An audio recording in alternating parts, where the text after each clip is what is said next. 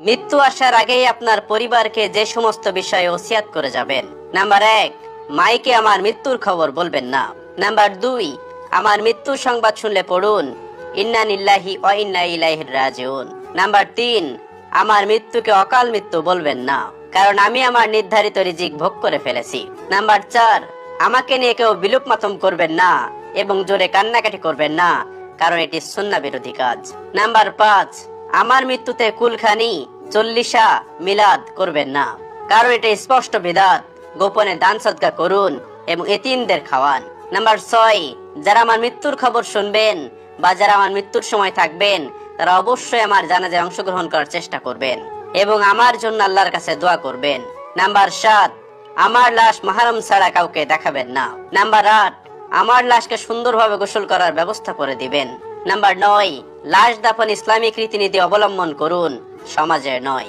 Number 10, আমাকে কবরস্থ করার পর কিছুক্ষণ সেখানে থাকুন এবং পড়ুন আল্লাহুম্মা সাব্বিতু আল্লাহুম্মা সাব্বিতু। নাম্বার 11, আমার কবরের আযাব লাঘবের জন্য এবং মুনকার নাকিরের প্রশ্নের জন্য উত্তর দিতে পারি সেই জন্য দোয়া করবেন আল্লাহুম্মা সাব্বিতু আলাল ঈমান।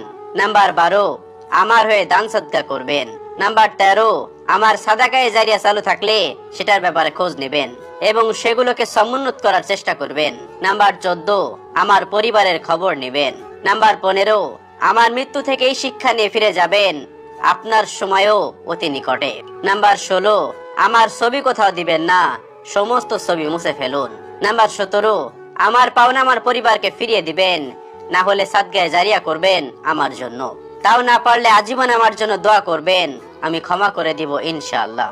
নাম্বার 18, আমার কাছে কিছু পেয়ে থাকলে আমার জীবিত অবস্থায় আমার কাছে চেয়ে নেবেন, আর যদি মরে যায় আমার পরিবারের কাছে চেয়ে নেবেন। তারা যদি না দেয় তাহলে ক্ষমা করে দিবেন আল্লাহর জন্য, আল্লাহ আপনাকে ক্ষমা করে দিবেন। নাম্বার 19, আমার জন্য বেশি বেশি দোয়া করবেন। নাম্বার 20, আমার নামে গীবত করবেন না, কারণ আমি আমার স্থানে পৌঁছে গিয়েছি।